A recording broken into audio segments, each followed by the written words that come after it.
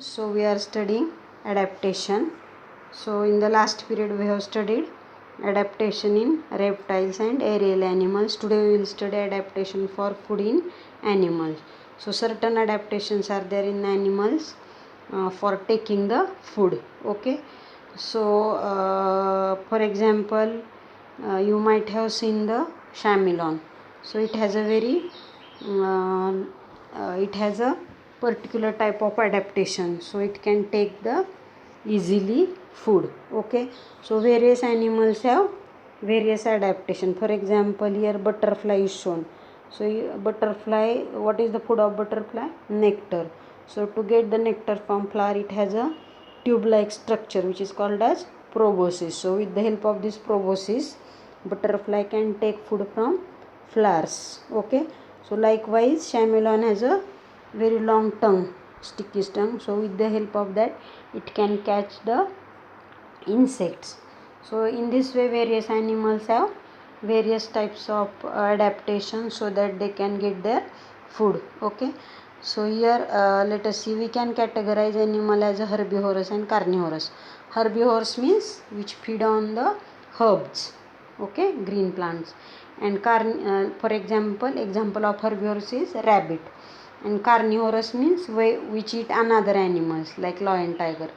Then special adaptations are seen each category to make the process of feeding easy. So for example, herbivores have different type of adaptation so that they can eat grass, okay, or plants. Then carnivores like lion and tiger have teeth which are very useful, sharp teeth, so they can tear their flesh of the animals. So like these adaptations are there in various animals for food. Then watch the programs on channels like National Geography, Wild Discovery, etc. to learn about the feeding habits of animals like frog, snake, bird, mosquitoes and butterflies. So various animals have various adaptations. So here some pictures are shown. Python is shown. So as you know that python eat its whole prey at a time. So for that purpose, a particular type of mouth is there. Okay, then this is a hornbill, so it has a particular type of beak is there. Then butterfly is there. So likewise they have various certain characteristic which help them to take their food.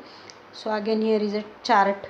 Complete the following chart from your own observations. Okay, so 3 columns are there: adaptation, animal, use of adaptation.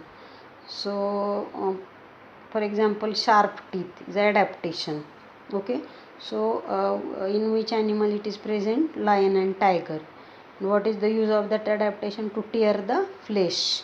That's why lion tiger has a teeth, because sharp teeth, because they are carnivorous animal. Then long and pointed beak. Okay, so animals like bird. So what is the use of adaptation? For example, there is a kingfisher. So it has a long and pointed beak. Animal kingfisher use to catch the prey like fish. Okay, then short beak like sparrow. So they can, with the help of that, they can take the grains inside the mouth. Then long and sticky tongue. In which animal it is present? Like this one, chameleon, use to catch the insects. Okay, and then long neck. In which animal long neck is there? For example, giraffe. And what is the use? With the help of long neck, it can get the leaves which are on high trees also. Okay, then next one is adaptation for blending with surroundings. So blending means to get match with. Okay, so certain adaptations are there in the animal, so they will match with their surrounding and their predator cannot find them. So one example is grasshopper. So all of you know that grasshopper lives in green grass. So as it is in green in color, it perfectly blend with that grass which is also in green color. So when there is a predator like sparrow which eat the grasshopper, so it cannot easily identify that grasshopper in the grass due to green color. So that is called as blending with surrounding. Another example, some snakes are green in color and they live in the green grass. Okay, so its predator will not identify that green snake in the green grass and it will get protected. So these adaptations are given by nature so that these animals can protect themselves from their predator. Okay, so we cannot easily spot colorful butterflies. So there are colorful butterflies and we cannot identify them because they blend with their surrounding. Then lizards, grasshoppers, they get camouflaged amidst grasses, parts of plant like stem, leaves, flowers, etc. Camouflage means blending with the surrounding. Okay, leaves, flowers, etc. That is because their colors blend with those of their surrounding. So their color is matching or exactly like their surrounding, so that they cannot get identified. Changes that so here is a definition of adaptation.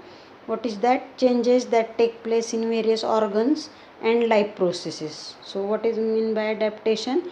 These are the changes in the various organs and processes of organisms that enable them to live, produce, perpetuate themselves and themselves on their enemies in specific surrounding. So what are the uses of this adaptation?